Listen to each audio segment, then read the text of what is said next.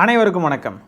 நம்ம சபாநாயகர் ஜேசிடி பிரபாகர் இருக்கார் இல்லையா, அவர் பார்த்தீங்கன்னா இந்த ஜனநாயகன் படம் பார்த்துட்டு அவர் ரிவ்யூ சொல்லியிருக்கார். ஒரு சபாநாயகர் ரிவ்யூ சொல்லியிருக்கார். அந்த ரிவ்யூவில் என்ன சொல்லியிருக்காருன்னு பார்த்தீங்கன்னா, ஜனநாயகன் படம் மூளைக்கு நல்லதான், மூளை விறுவிறுப்பாக சுறுசுறுப்பாக செயல்படுமா இந்த படத்தை பார்த்தா. எதுக்கு இப்படி ஒரு பதிலை சொன்னார்னு பார்த்தீங்கன்னா, பத்திரிகையாளர்கள் கேள்வி கேட்டிருக்காங்க, மாணவர்கள் போராட்டத்தை இந்த ஜனநாயகன் படம் மழுங்கடிச்சிருச்சா அப்படின்னு சொல்லி கேள்வி கேட்டதுக்கு இப்படி ஒரு பதில் சொல்லியிருக்கார். இது மழுங்கடிக்கிற படம் கிடையாது, இது யாருடைய மூளையையும் சலவை செய்யக்கூடிய படம் கிடையாது, மாறாக ஜனநாயகன் படம் மூளைக்கு நல்லது அப்படின்னு சொல்லியிருக்கார். மூளைக்கு படம் நல்லதா?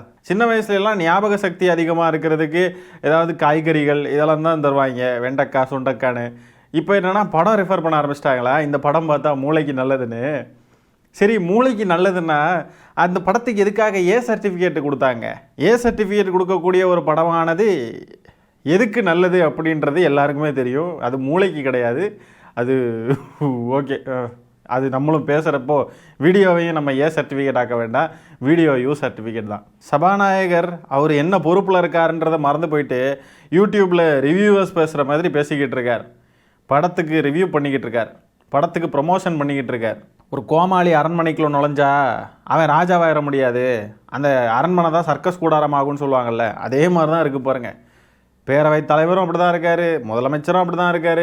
எல்லாம் படம் படம் படம் படம்னு இப்படி வைக்கிறதையும் படத்தில் ஆட் பண்ணுறாங்க. ஒரே சினிமா மோகம், சினிமா உலகத்திலே தான் வாழ்ந்துக்கிட்டு இருக்காங்க எல்லாருமே. மூளைக்கு நல்லதான் ஜனநாயகன் படம் பார்க்க. இது தெரியாமல் நிறைய பேர் காம்ப்ளான், ஹார்லிக்ஸ், பூஸ்ட் இதெல்லாம் வாங்கி கொடுத்துக்கிட்டு இருக்காங்க வீடுகளில். இனிமேல் என்ன பண்ணுங்கள், உங்கள் குழந்தைங்களுக்கு மூளை வளர்ச்சி நல்லா இருக்கணும், மூளை நல்லா செயல்படணும், நல்லா திறமையாக இருக்கணும், நல்ல ஞாபக சக்தி இருக்கணும், எல்லாம் திறமையாக சுறுசுறுப்பாக விறுவிறுப்பாக இருக்கணும் அப்படின்னு சொன்னாக்கா நீங்கள் ஜனநாயகன் படத்தை காலையில் ஒரு தடவை சாயந்தரம் ஒரு தடவை போட்டு காமிங்க. ஆனால் சத்தியமாக காலையில் ஒரு தடவை சாயந்தரம் ஒரு தடவை பார்த்து ஒரு 2 நாளைக்கு தாண்டிச்சுன்னு சொன்னால் அவ்வளோதான், ஆள் பாடி ஆயிரும், முடிஞ்சது சோலி. நம்ம சபாநாயகருக்கு மூளை ரொம்ப சுறுசுறுப்பாக வேலை செய்கிறதுனால தான் மண்டைக்கு மேலேயுமே பால்டாக அது கிரவுண்டு உருவாயிருக்கு அப்படின்னு நினைக்கிறேன். வாயில் ஏதாவது வந்துட போகுது எனக்கு.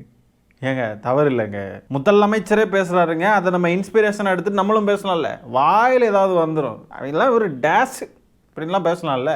மூளைக்கு ஜனநாயகன் படம் நல்லது அப்படின்னா அப்போ கிட்னி, ஈரல், லங்ஸ் இதுக்கெல்லாம் என்ன படம் அப்படின்னு சொல்லிட்டு சபாநாயகர் ரெஃபர் பண்ணார் அப்படின்னு சொன்னால் யாரும் ஹாஸ்பிட்டல் பக்கம்லாம் போக வேண்டாம் பாருங்க. அதனால் சபாநாயகர் இனி வரிசையாக லிஸ்ட் பண்ணணும். என்ன ஆட்சி நடக்கு பாருங்க, வாயில் எனக்கு நல்லா வந்துடும். ஒரு கூத்தாடி அரசாங்கத்துக்கிட்ட இருந்து என்னத்தை எதிர்பார்க்க முடியும்? எந்நேரமும் சினிமா மோட்லேயே தான் இருக்காங்க. படம் மூளைக்கு நல்லதான் படம். தாவேக்காவுடைய செல்லூர் ராஜு அவர் தெர்மாக்கோலை கொண்டு போய் விட்டார், இவர் ஜனநாயகன் படத்தை கொண்டு வந்து விடுறாரு.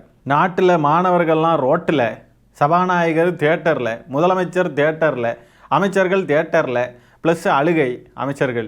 ஐயா, என்ன நாடும் நாட்டு மக்களுமோ தெரியல. அதெல்லாம் சரி, மூளைன்னு ஒன்று இருக்கிறவன் எதுக்காக ஜனநாயகன் படத்துக்கு போகிறான்? ஜனநாயகன் படத்துக்கு போகிறவனுக்கு மூளையே இருக்காதே. அப்படி இருக்கையில் இவர் யாருக்கு சொல்கிறார் மூளை சுறுசுறுப்பாக விறுவிறுப்பாக இருக்கும்னு?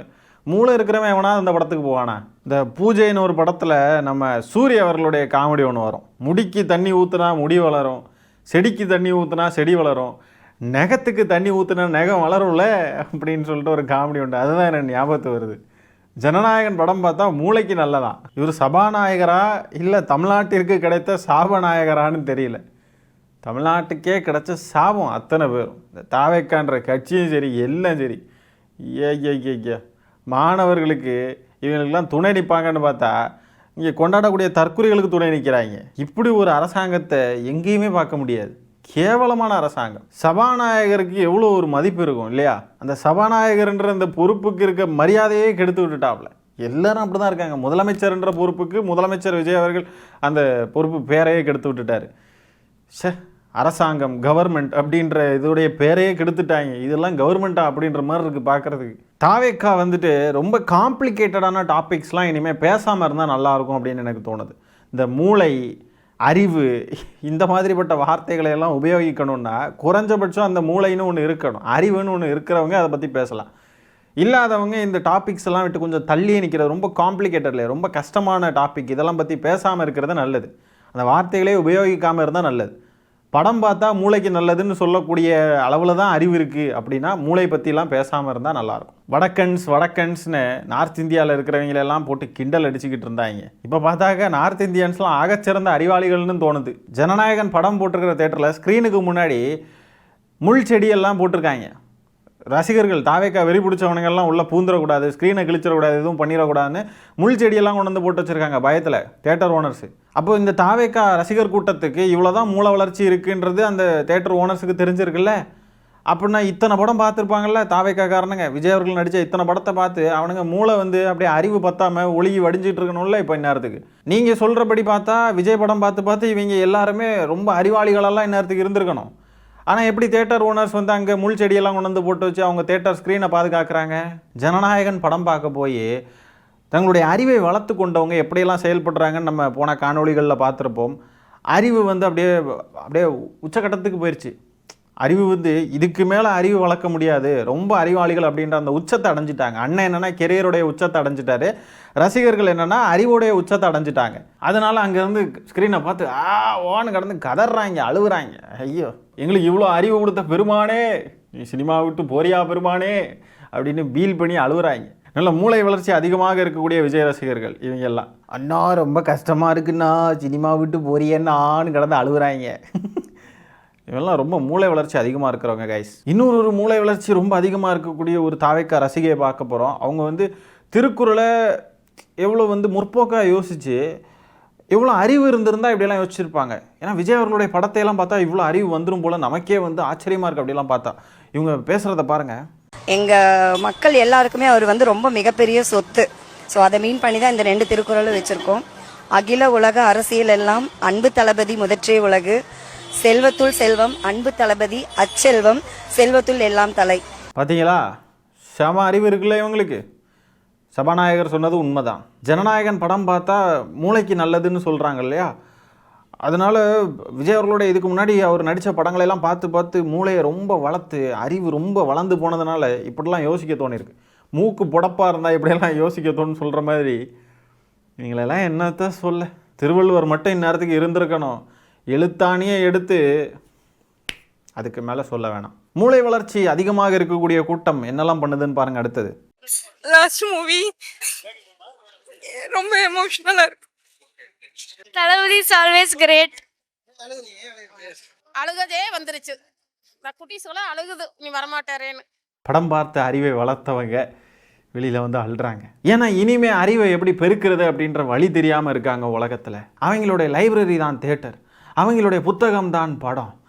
விஜய் அவர்களுடைய படம் இனிமே அதுக்கு எங்கே போவாங்க? அறிவு கடலை தேடி எங்கு நாடி எங்கு ஓட வழி தெரியாமல் திக்கி திணறி கொண்டிருக்கிறார்கள் இந்த பாவப்பட்ட விஜய் ரசிகர்கள். சபாநாயகர் ஜேசிடி பிரபாகர் அவர்கள் இதுக்கு ஒரு வழி சொல்லணும். பாவம் இனிமே எங்கே போகிறதுன்னு தெரியாமல் இருக்காங்க. இந்த படத்தை பார்த்து கடைசியாக ஒன் லாஸ்ட் டைம் மூளையை வளர்த்துருக்காங்க. இதுக்கு பிறகு மூளையை வளர்க்குறதுக்கு எங்கே போகிறதுன்னு தெரியலை. இந்த மக்களுக்கு உரிய நீதி வேண்டும், நீதி வேண்டும். பாருங்கள், எதுக்கெல்லாம் நீதி வேண்டும்னு பேச வேண்டிய நிலைமையில் இருக்குது தமிழ்நாடுன்னு பார்த்துக்கோங்க. காமெடியாக இருந்தாலும் வேதனையாக தான் இருக்குது. எப்பேற்பட்ட அரசியலெல்லாம் பேச வேண்டிய ஒரு இடத்துல சினிமாக்கார கூத்தாடிகளெல்லாம் பற்றி பேச வேண்டிய நிலையில் இருக்குது. ஏன்னா சினிமாக்காரங்க தானே நாட்டை ஆள்றாங்க. கூத்தாடிகள் நாட்டை ஆண்டு கொண்டு இருக்கும் பொழுது நம்ம அதுக்கேற்ற மாதிரி தானே பேச முடியும். இவங்கெல்லாம் என்ன பேசுகிறாங்க? இவங்கெல்லாம் பேசுகிறது அரசியலா? விஜய் படத்தை பார்த்தா மூளை வளரும் அப்படின்றாங்க. இதெல்லாம் அரசியலா? இப்படியெல்லாம் பேசினா அதுக்கேற்ற மாதிரி கலாய்ச்சிக்கிட்டு இப்படி ஃபன் பண்ணிக்கிட்டு தான் இருக்க முடியும். அரசியல்லாம் எதிர்பார்க்க முடியாது இவங்க கிட்ட எல்லாம். இங்கெல்லாம் வந்து ஃபன்னு ட்ரோலு இவ்வளோ தான் இருக்கும். இதில் இன்னொரு ஹைலைட் என்னென்னு பார்த்தீங்கன்னா, இந்த ஜனநாயகன் படம் பார்த்தா அறிவு வளரும் இல்லையா, அந்த அறிவு வளர்கிறதுக்கான அடித்தளத்தை போட்டவர் யாருன்னு பார்த்தீங்கன்னா இந்த படத்துடைய டைரக்டர் ஹெச் வினோத் அவர்கள்.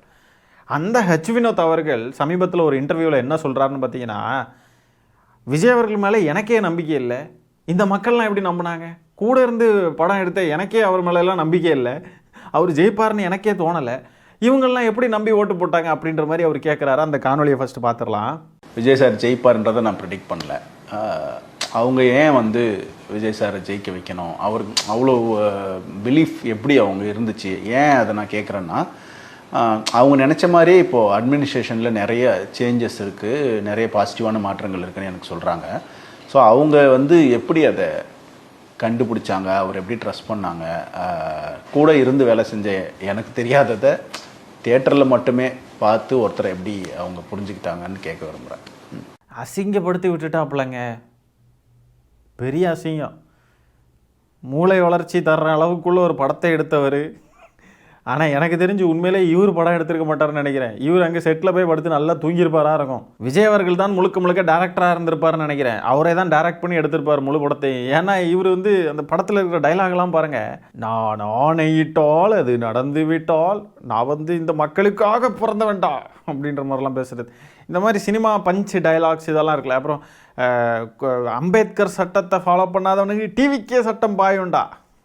இதெல்லாம் வந்துட்டு பார்த்தீங்கன்னா விஜய் அவர்கள் தான் இதெல்லாம் பிளான் பண்ணியிருக்கணும். புரியுதுங்களா?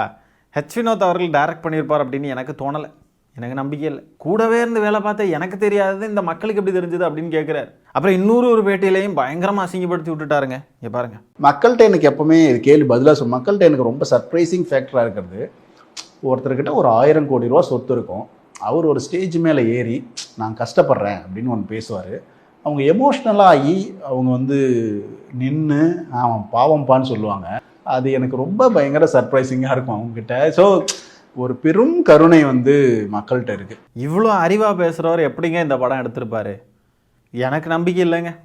இவ்வளோ தெளிவாக பேசுகிறாரு. ஒரு பெரிய ஸ்டாரு, கோடிக்கணக்கில் பணம் வச்சுருக்கிறவர் திடீர்னு வந்து நான் உங்களுக்காக வந்திருக்கேன், நான் ஒரு ஏழை தாயின் மகன்ற மாதிரி ட்ராமா போடுவார். இந்த மக்களும் அதை நம்பிட்டு ஆமாப்பா அவன் எல்லாத்தையும் விட்டுட்டு வந்திருக்கான் அப்படின்னு சொல்லிட்டு நம்பிடுவாங்க. இவ்வளோ தெளிவாக இருக்கக்கூடிய ஒருத்தர் இந்த மாதிரி ஒரு படத்தை எடுத்திருப்பார் அப்படின்னு எனக்கு நம்பிக்கை இல்லைங்க. எனக்கு நம்பிக்கை இல்லை. சினிமாவை மட்டும் பார்த்து எப்படிரா வாக்களிச்சிங்க அடே மக்கள்ஸ் அப்படின்னு பெரும் மன உளைச்சலில் இருந்திருப்பாருன்னு நினைக்கிறேன் நம்மளுடைய டைரக்டர் ஹெச் வினோத் அவர்கள். இந்த படத்துடைய டைரக்டர்னு சொல்லப்படக்கூடியவர் ரெக்ரெட் பண்ணுற அளவுக்கு ஓட்டு போட்டு அவரை சிஎம் ஆக்கியிருக்காங்க. இதில் இந்த படத்துக்கு போயிட்டு மூளை வளர்ச்சி கிடைக்கும், மூளைக்கு நல்லது, அறிவு வளரும்னு சொல்லிட்டு இருக்காங்க. ஒரு படத்துடைய டைரக்டர் அவர் எவ்வளோ அறிவார்ந்து எவ்வளோ அறிவுபூர்வமாக பேசுகிறாருன்னு பாருங்கள். ஆனால் தமிழ்நாட்டுடைய சபாநாயகர் அவர் எப்படி பேசுகிறாருன்னு பாருங்கள், எவ்வளோ தற்குறித்தனமாக பேசுகிறாருன்னு பாருங்கள். எல்லாம் ஒரு மாதிரி கன்ஃபியூஸ் ஆகி மாற்றி குழம்பி டிஃப்ரெண்ட்டாக தாங்க இருக்குது தமிழ்நாடு. இந்த காணொலியில் நம்ம பேசியிருக்கிற விஷயங்களை பற்றி என்ன நினைக்கிறீங்க அப்படின்ற உங்களுடைய கருத்துக்களை கமெண்ட்ஸில் பதிவு பண்ணுங்கள். இந்த காணொலியை நான் இத்துடன் நிறைவு செய்து கொள்கிறேன். நன்றி, வணக்கம்.